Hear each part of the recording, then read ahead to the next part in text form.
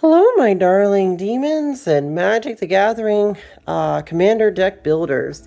Today we're going to jump into a really fun deck to build. And it's in Rakdos colors because, of course, our commander is Rakdos. Rakdos the Showstopper. He's going to show people what's up and blow up some things. And very interesting card to play if you can get him out. You can kind of see what he does. He has flying and trample. When Rakdos the Showstopper enters the battlefield, flip a coin. For each creature that isn't a demon, devil, or imp, destroy each creature whose coin comes up tail. So definitely a coin flip deck. So with a deck like this, you're for sure going to want to obviously have some things that give you some extra coin flips and a whole bunch of cool effects to ETB Rakdos multiple times. Now you're going to see that in this deck, so that's what we're going to jump into. So now that you see the commander, let's go into the 99 and check out and see what we got. We're going to start with these lands here. We got a lot of basics and some of this other stuff, so let's just go ahead and jump into the, just these are colorless. So we got Temple of the False God, which is in most commander decks these days, or, you add 2 mana, activate only if you control 5 or more lands. Good stuff. We've got our Myriad Landscape, enters the battlefield tapped. You can add any mana to your mana pool, or you can pay 2 and sacrifice it to search the library for 2 basic land cards that share a land type. Put them on the battlefield tapped, then shuffle your library. Here's a great card, because when you want to sacrifice some creatures, you can add mana and tap it. Sacrifice the creature to add 2 black swamp mana. Good stuff. Gotta have this card. Basically, of course, if you're playing in black or you have a 2-color or even a 1-color deck, you're going to want to definitely for sure put Urborg, Tomb of Yawgmoth in there. For each land is a swamp in addition to its other land types. Really good stuff. Next card we got is going to be Cabal Coffers. You pay 2 and tap it to add 1 black mana for each swamp you control. Next we got is going to be just a mountain. So, we're going to go ahead and skip the basics. I think you understand here. There's going to be, in this deck, that's about how many basics you're going to run. But then we're going to go ahead and hit some of these non-basics, and you can kind of see what other lands you can throw in there. So we've got, looks like Shadowblood Ridge. We've got Tainted Peak. We've got Bloodstained Mire. Of course, here's your fetch land. If you're new to Magic and this is your first time looking up this particular commander, a fetch land allows you to go into your deck and go get a mountain or a swamp, in this case, from your deck, and then you shuffle it up, all that good stuff.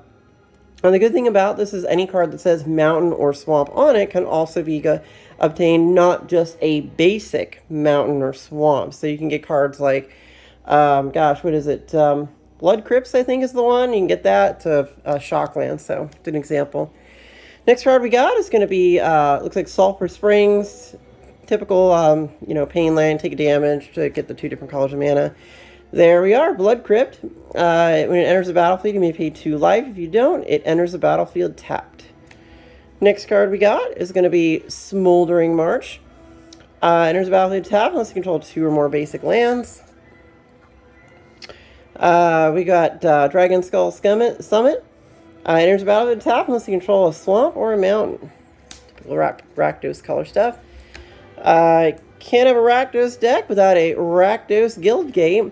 It does enter the battlefield tapped, but it is definitely on theme with the deck. So the whole idea with this deck is you're going to notice there's a lot of demon, imp, and devil themed stuff. So you're going to see a lot of things devoted to Rakdos because he is the commander. Next we got is going to be Graven Cairns. It's filter land, of course. You have 1, you can tap this and get 2 of that, or 1 black and a red, or double black. So it definitely helps you out on a deck like this. Next we got is going to be Luxury Suite. This would be the showcase version. Expeditions version. Yes, Expeditions. Enters the battlefield tapped unless you have 2 or more opponents, which in Commander, you're always going to have 2 or more. Again, these are probably familiar if you've ever built a commander deck from scratch and not bought a precon.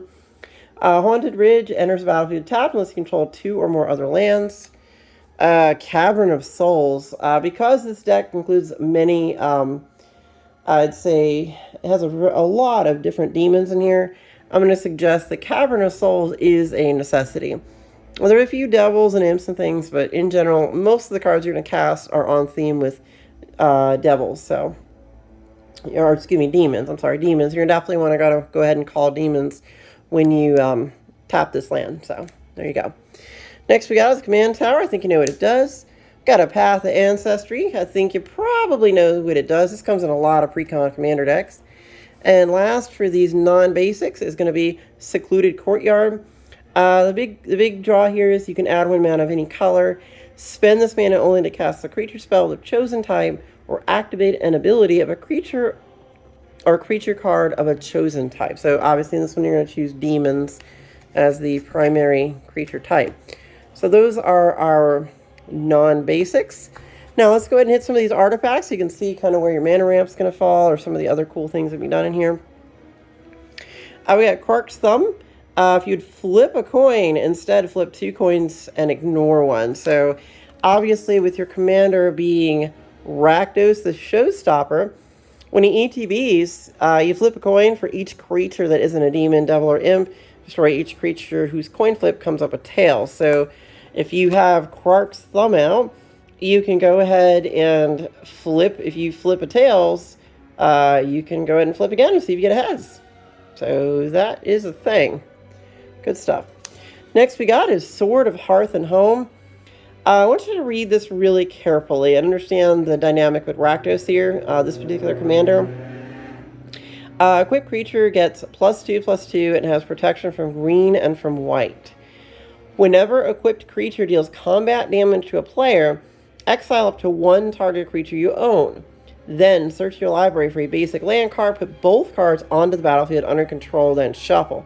So, okay, so this goes off, and if Rakdos is on the field, he'll come back into the battlefield, so his effect will trigger again. So you'll get to flip a coin and then try to, blow up people's things. But then, of course, you have Quark's Thumb out, you're going to blow up more stuff. So the probability of you removing things from the battlefield is really high, especially just with this this sword on it in and alone. I mean, this is a really good combo piece to get some of those ETBs going in this color combination.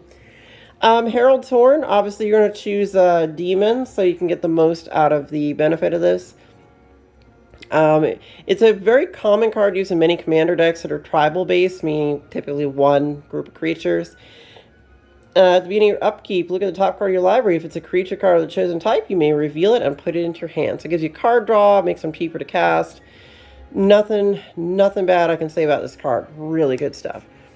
Urza's Incubator. Gotta have the Incubator.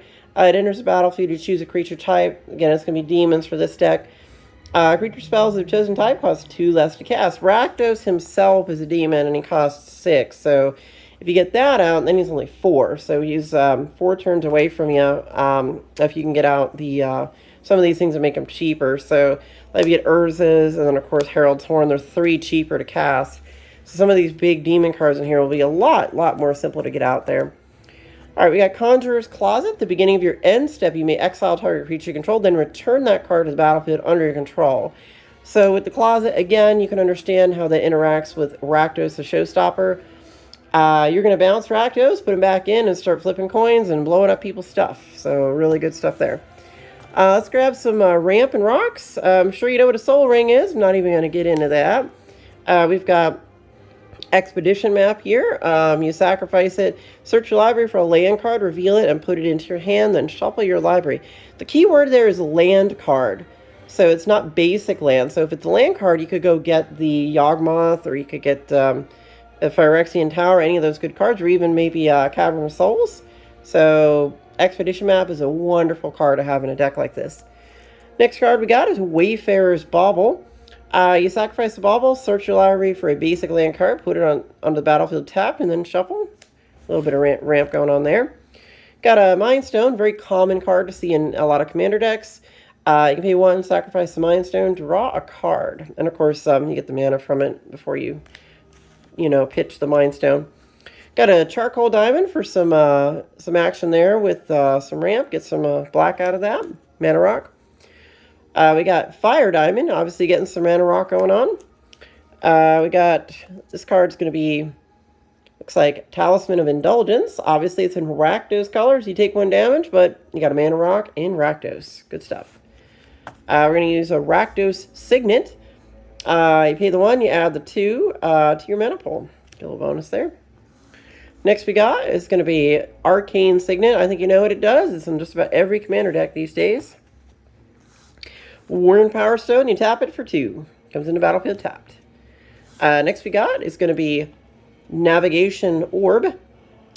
Navigation Orb, you sacrifice Navigation Orb, you search your library for up to 2 basic land cards or indoor gate cards, reveal those cards, and put them into the battlefield tapped, and the other into your hand, then shuffle. There was 1 Rakdos Guild Gate in there, so that at least allows you to go get that gate, and it makes it very useful. Next we got is the good old-fashioned Thrawn Dynamo. It'll appear in a lot of commander decks. You tap it for 3 mana. Really useful. And there's no drawback. Like, what is it? Basalt Monolith. It comes into play tapped, but then you have to put 3 to untap it again later. And on this last on the rocks, we got add 3 mana of any 1 color. And that would be Gilded Lotus. Good card. Now, we're going to get into the meat and potatoes here. Rakdos is hanging out here, just waiting to harvest your soul and bring it into the depths of his burning flames of Avernus, and he's going to take you into and torment you for the rest of your days. And he has a lot of sights to show you. He really does. And there we go. All right, so let's go ahead and check out some of the cool stuff in this deck. So we got Dread Board. Destroy target creature or planeswalker. Well, this is, of course, the Secret Lair art, and I believe this is from the band poster collection. Really one of my favorite cards in this particular color combo. Really cool stuff. Next we got is going to be our good old friend Demonic Tutor. Allows us to go get a card and put that into our hand. Then we got to shuffle our library. Good stuff. Next we got is Beseech the Queen. Search your library for a card with converted mana cost less than or equal to the number of lands you control. Reveal it and put it into your hand. Then shuffle your library.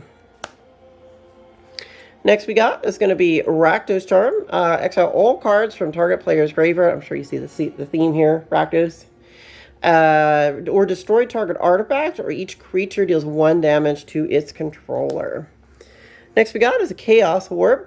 The owner of target permanent shuffles it into his or her library, then reveals the top card of his or her library. If it is a permanent card, he or she puts it onto the battlefield. So you do some targeted removal with red. Next we're going to use is going to be Kolaghan's Command. You choose 2. Return target creature card from your graveyard to your hand. Target player discards a card. Destroy target artifact. Kolaghan's Command deals 2 damage to target creature or player. And last in the sorcery and the instant and sorceries here, we're going to go ahead and grab this spell costs 1 less to cast for each creature that died this turn. Obviously with Rakdos going off, you can probably get it off pretty good. Now this is from the new set, so with this deck build, I definitely wanted to express the value of some of the new cards in a demon tribal type deck. So as this deck was initially built, did not include any of the new cards from the Warhammer 40k stuff, but there was a lot of great adds that came out of that got thrown into a demon deck like this one, that you guys might want to consider when you're building your deck like this, or just a demon tribal deck in general. So you can discard your hand and draw 8 cards. Blood for the Blood God deals 8 damage to each opponent. Brutal. And each blood for the Blood God. Or in your exile, excuse me, at the end of the cast. Good stuff. Now, we're going to jump into some more fun stuff. So we're going to go ahead and take a look at this. Is a creature artifact. A very recent card. Just came out with Kamigawa. It's an equipment, but it's also considered a demon, interestingly enough. It has Menace. Equipped creature has base power and toughness 5/5. It has Menace and is Black Demon in addition to its other colors and types. And of course, the reconfigure cost allows you to do that. Next we're going to jump into is Mahadi, Emporium Master. He's a cat double. At the beginning of your end step, create a treasure token for each creature that died this turn. Again, when you're running Rakdos, when he pulls up heads, that creature's going to die. So a lot of the synergies here are dependent upon creatures dying during your turn or etc. Raphael, Fiendish Savior. Other demons, devils, imps, and tieflings you control get +1/+1 and have lifelink. At the beginning of each end step, if a creature card was put into the graveyard from anywhere this turn, create a 1/1 red devil creature token with, when this creature dies, it deals 1 damage to any target.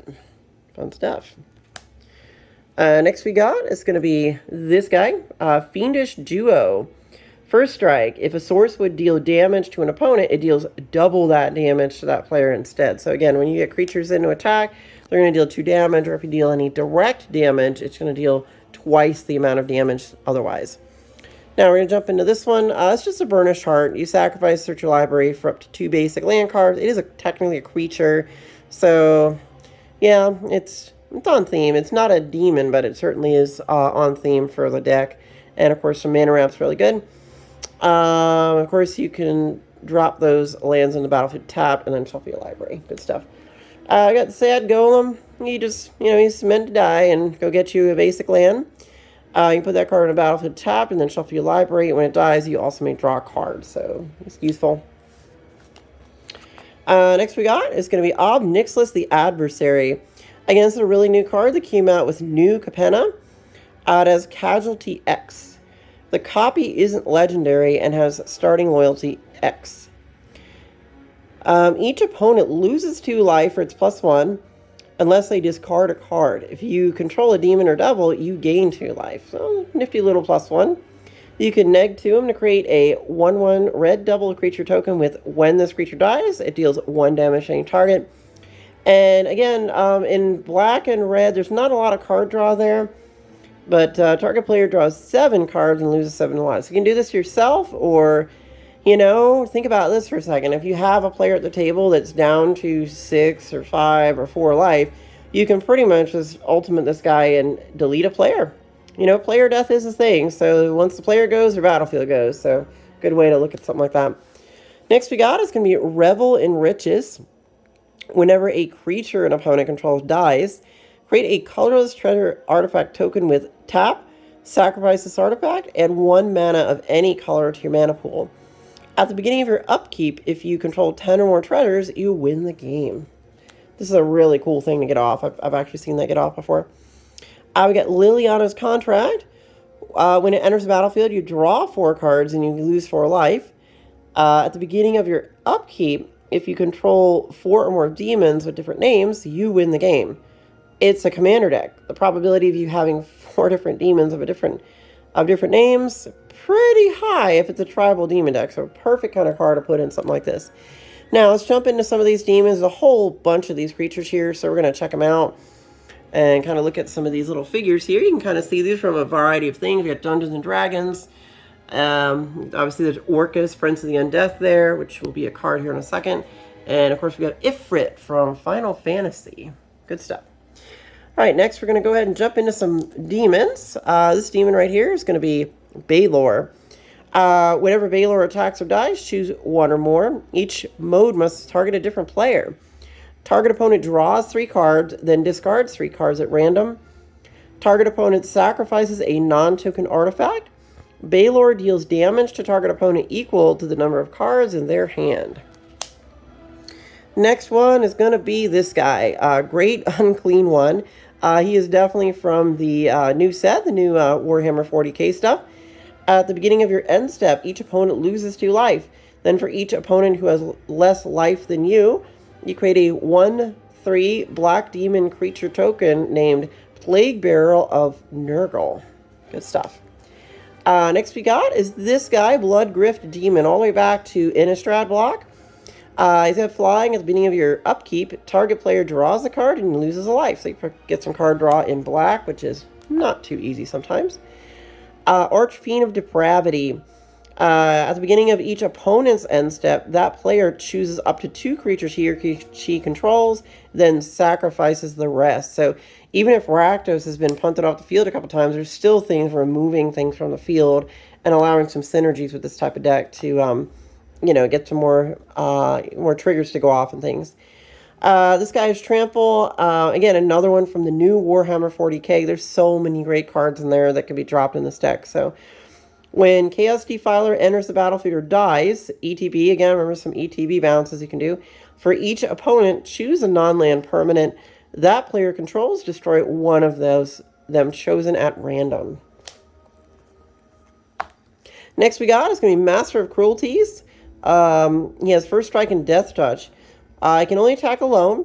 When he attacks a player that isn't blocked, that player's life total becomes 1. Master of Cruelties assigns no combat damage this combat. So it takes someone's life total down to 1. 1. That's brutal. Next card, again, is going to be from the Warhammer 40k set. This demon, Bloodthirster, when Bloodthirster deals combat damage to a player, untap it. After this combat phase, there's an additional combat phase. You're getting double combat phases. Bloodthirster can't attack a player. It's already attacked this turn. So you can go into 2 combats. Next card we got is going to be Harvester of Souls. Whenever another non-token creature dies, you may draw a card. So another non-token creature, obviously Rakdos, while he's blowing up non-token creatures, so you can kind of figure where that's going to go. You know, you can see how the card draw comes into play.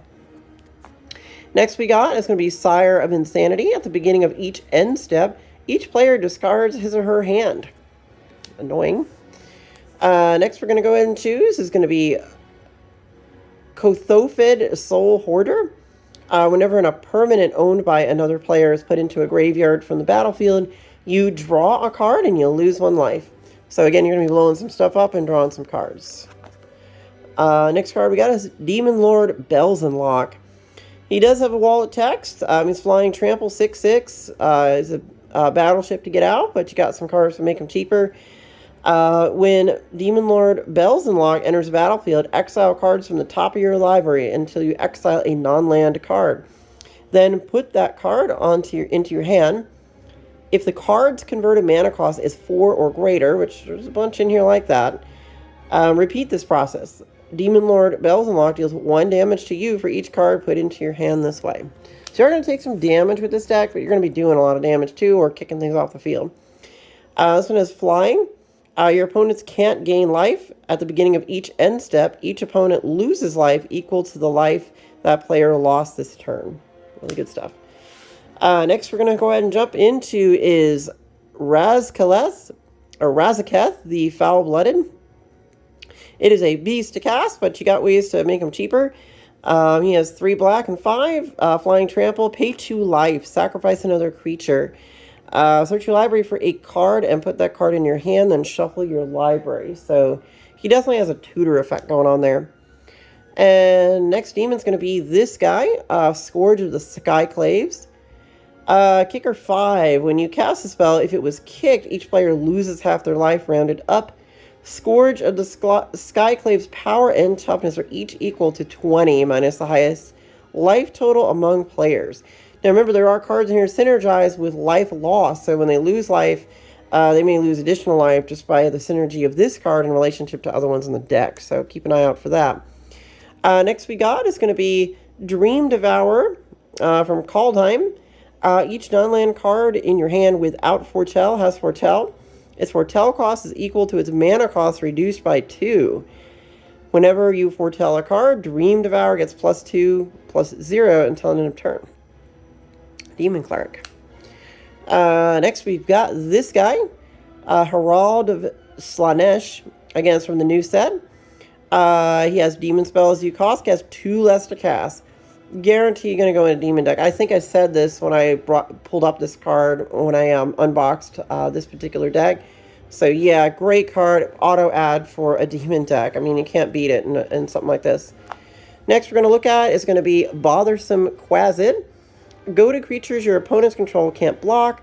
Whenever you cast a non-creature spell, goad target creature an opponent controls. So awesome. So good. So annoying, too. Really annoying kind of deck. Varagoth, the Blood Sky Sire. He's a demon rogue. He has Death Touch. He has Boast. Target player searches their library for a card and then shuffles the library and puts that card on top of it. So basically, you've got a tutor right built into his Boast ability. It's so helpful. Plus, he's a demon. Next one we got is this one.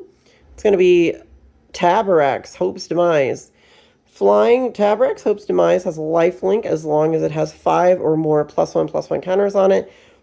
Whenever another non-token creature you control dies, put a +1/+1 counter on Tabarax. If that creature was a cleric, you may draw a card. If you do, you lose 1 life. Next we got is going to be this guy, Seeker of Slaanesh. Each opponent must attack with at least 1 creature each combat if able. Because some goat action going on there. Next we're going to go ahead and do is grab up Blood Crusher of Khorne. I believe that's Khorne. His Trample and Devastating Charge. Other creatures you control have Trample. Again, it's another great new card from the Commander Precon that just recently came out for Warhammer 40k. Another great synergistic card for this deck. He has a lifelink. He's a 4. 1 black, 3 any. Lifelink, Devourer of Souls. Whenever another creature dies, put a +1/+1 counter on Venom Crawler. And you're going to have a lot of guys die, obviously, in this deck. So, that's the way it works. And next we're going to do is, we're going to look at Plague Drone. It is a demon, flying Rotfly. If an opponent would gain life, that player loses that much life instead. We'll see where that's going.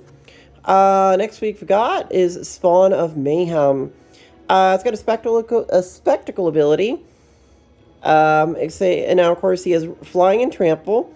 At the beginning of your upkeep, Spawn of Mayhem deals 1 damage to each player. Then if you have 10 or less life, put a +1/+1 counter on Spawn of Mayhem. And this one is from Kamigawa, Neon Dynasty. Hitagetsu, Devouring Chaos. He is an ogre demon. You pay a black, sacrifice a creature, you can scry 2. You pay 2 in a red. You tap them, you can exile the top card of your library.